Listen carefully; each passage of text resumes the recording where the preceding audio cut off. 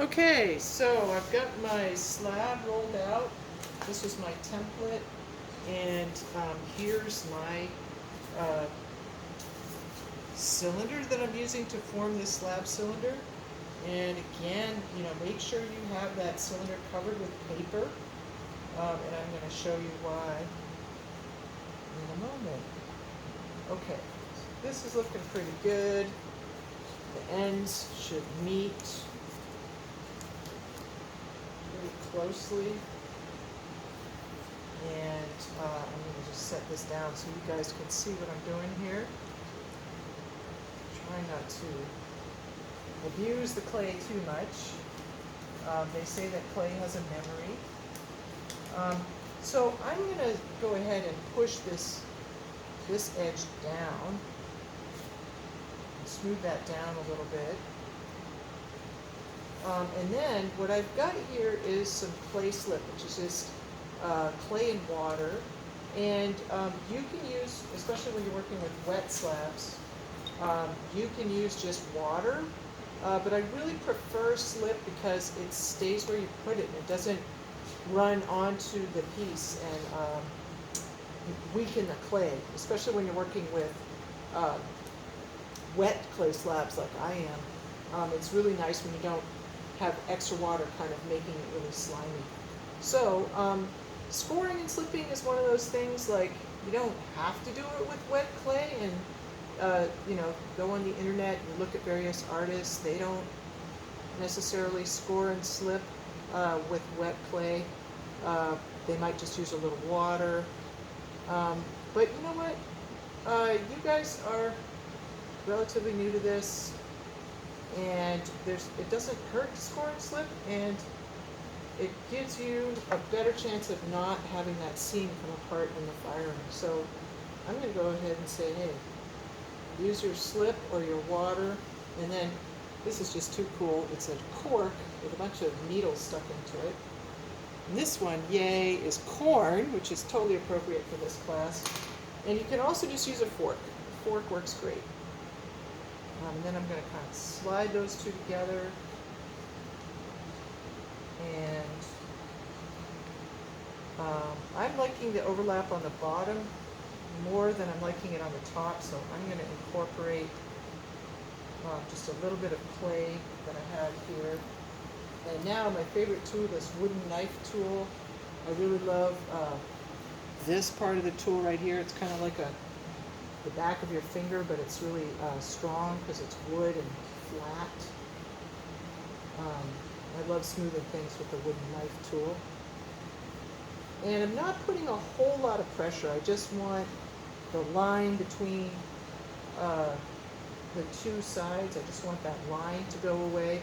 And then I'm going to spend a little bit of time using the tool on the inside of the cylinder to do the same thing. Okay, so now I've got it, and now I'm ready to stand it up and put the bottom on it. So you do not want to cut out your bottom before you do the sides.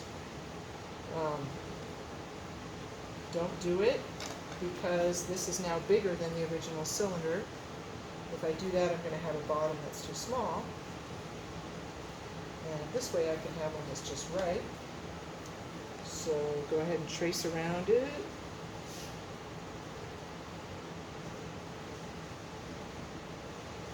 And then cut it out.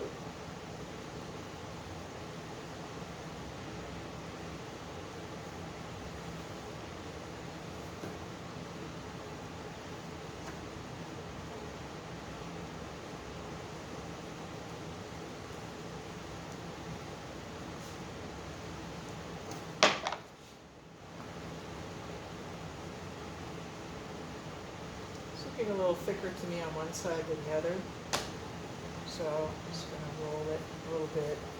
I could trim off the excess, and that's actually a good way to do it too. Okay, so now again, scoring, and Getting those two surfaces all ready to really to interlock. I don't know if I've said this on a previous video to you guys, but if you just put two pieces of clay together, if they're wet clay, they'll probably just join and be fine. But if clay is dried out a little bit and you put the two pieces together, it shrinks and sometimes it'll crack apart. But if you score and slip, now when it shrinks, that join is going to make it an even stronger joint. So we use scoring and slipping to put handles on things. I think I have mentioned this before. Anyways, there we go. So there's my scoring and some slip. And I'm going to go ahead and give this a little rough surface too. Great thing about clay is you can always smooth it out later. Okay, and some slip here.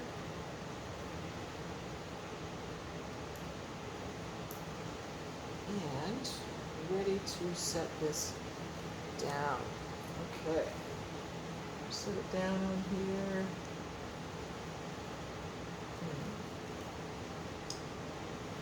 Might have made it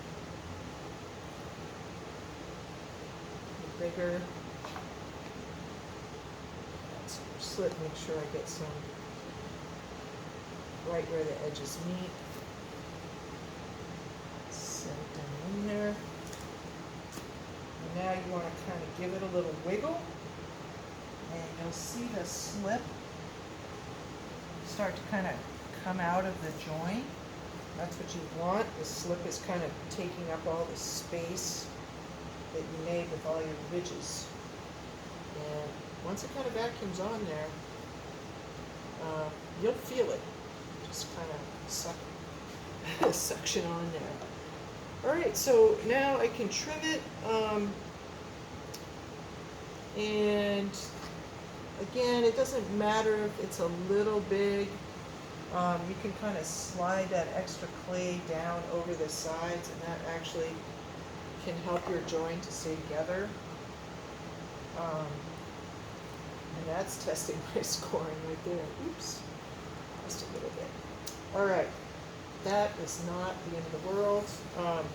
You can use your roller to kind of tap that on there. Make sure you've got a good join.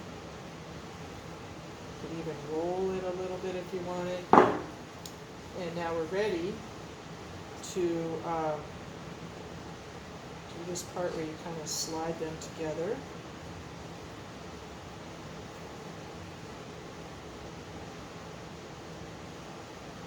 And then you go around and again, slide the clay together. If you want a more precise right angle down there, you can trim it back a little bit. This is a little wet, doesn't really want to trim that nicely, especially with the slip in there, making it moist. So I'm not going to worry about refining the shape too much right now. I'm just going to let it set up a little bit and be ready to go. So this would be a good, to do this in a session.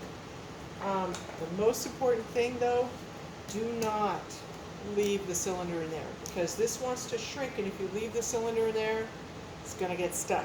I don't know how many times I've been on one end of holding this with a student and a vice grips on the other end trying to pull this out, and your cylinder will crack. So you do not want to leave the cylinder in because the clay wants to shrink. And this is where the newspaper is really great. You can just slide that cylinder on out. Leave the newspaper right there. And what I would do at this point is get yourself a plastic bag and drape it over this, or set it inside there. Either way works fine.